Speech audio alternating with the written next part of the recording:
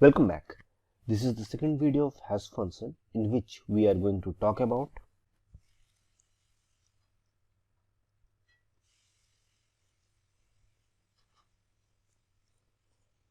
collision and performance. In the first video, we have seen how we will do the mapping by using key and value pair.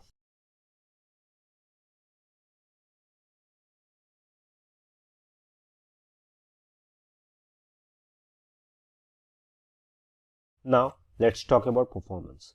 But before we started talking about performance, we need to understand what collision is. And we will understand the collision concept with the help of an example. So up to now, what we have seen how Has function always maps different keys to a different slots in the array.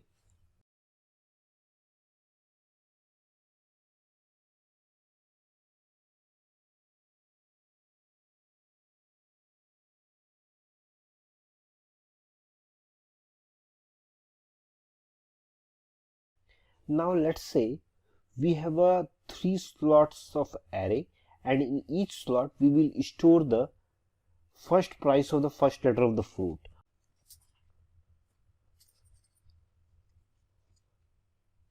And in these slots we will store the value of a different price of a different fruits according to their names of the first letter. For example, see, this one will only store the fruits which will start with a word A, and the second slot will only store the fruits which will start with a letter word B, and the third slot it will store the price of a fruit which will start with the first letter C. For example, first letter A is there, so here I can store the price of an apple. So price of an apple will be 80 rupees. Let's assume it will be 80 rupees.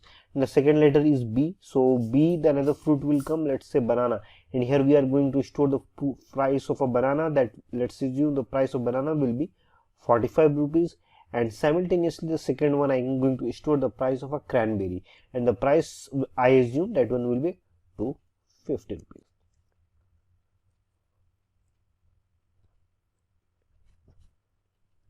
Cranberry. So up to now everything is fine. We can see that according to the name of the fruits, slots are distributed and it is stored is there. So up to now everything is fine. But now what happens? A new fruit came into the market. Let's say the fruit name is apricot.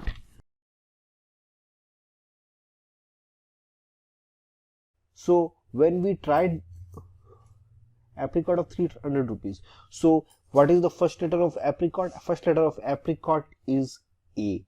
So what we are seeing that apples have also, that slot is already filled because it should stored in the first slot, right? Because it will only store the first letter of the word, but that slot is already filled. So when two keys have been assigned to the same slot, it will try to store the price of apricot.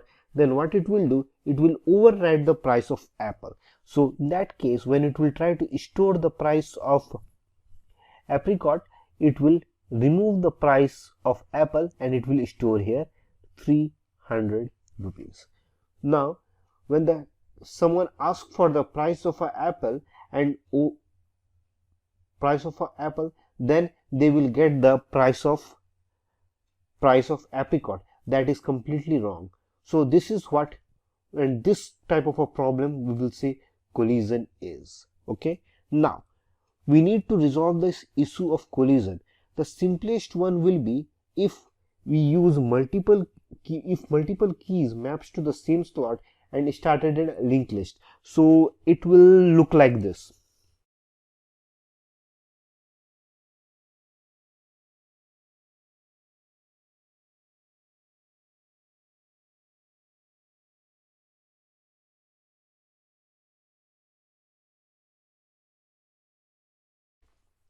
So in this example, both apple and apricot map to the same slot.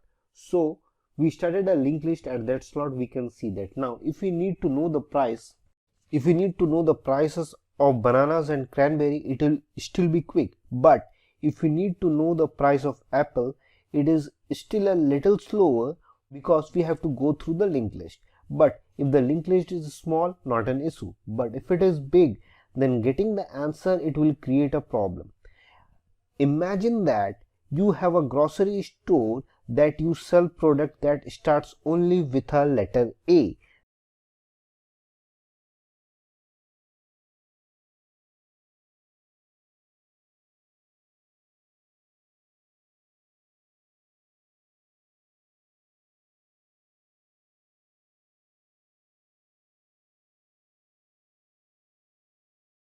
Now we can see that entire hash table is totally empty except for one slot. Due to that, performance will be very much slow. If those linked lists get long, it slows down your hash table, but they won't get long if you use a good hash function. A good hash function will give you a very few collisions. So how do we pick up a good hash function? That's where performance comes in. To avoid collisions, we need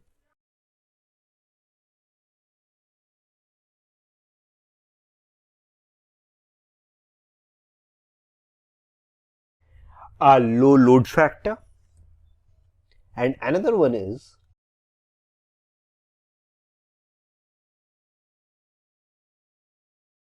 a good hash function. The formula of calculating a load factor is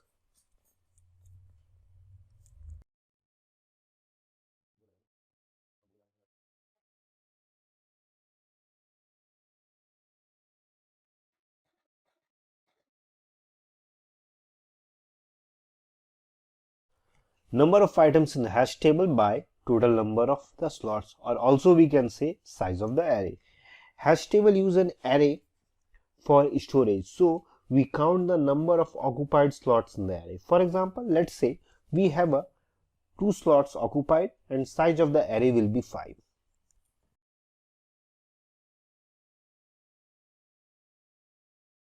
And here I have stored the price of apple and banana.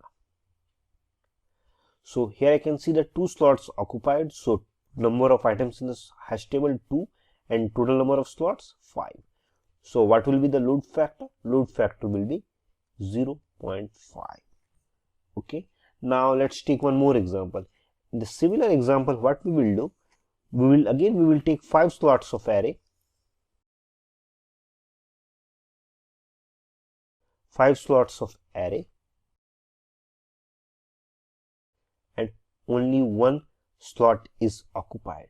So what will be the load factor? Again, here only one slot is occupied, so answer will be 1 by 5. Correct? Let's take one more example to understand this load factor in a much more clearer way. And in this one, what we will do, let's say we have 10 slots of array, and all the 10 slots are filled with data. Something like we can say 10, 20, 30, 40, 50 like that. So some data is stored here. Correct? 10 slots and all the slots are filled. So what will be the load factor? If 10 slots are there and 10 slots are only filled, so the load factor will be around 10 by 10. So load factor is 1.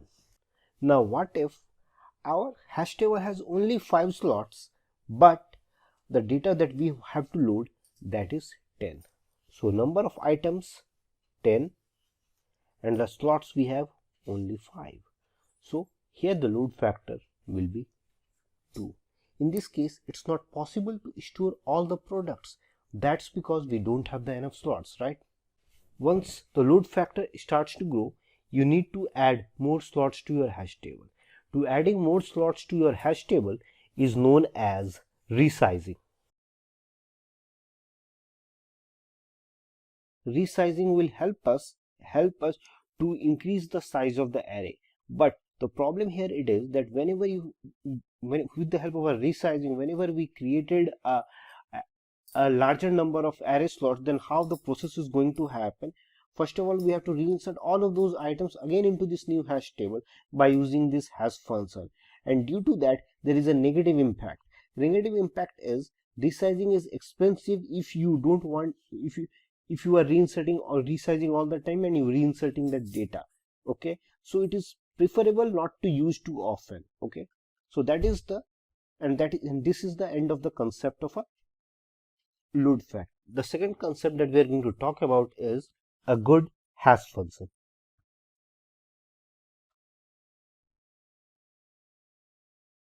A good hash function distributes values in the array evenly, like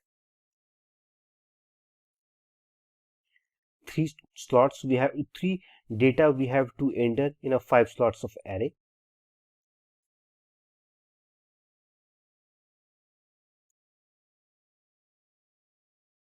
So we can say it is evenly distributed.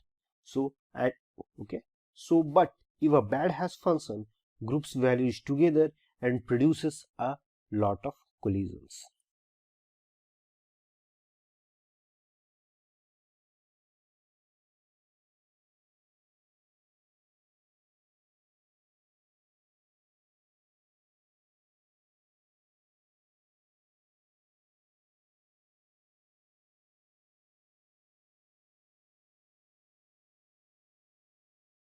So with this example, you can understand that this one will provide a good performance,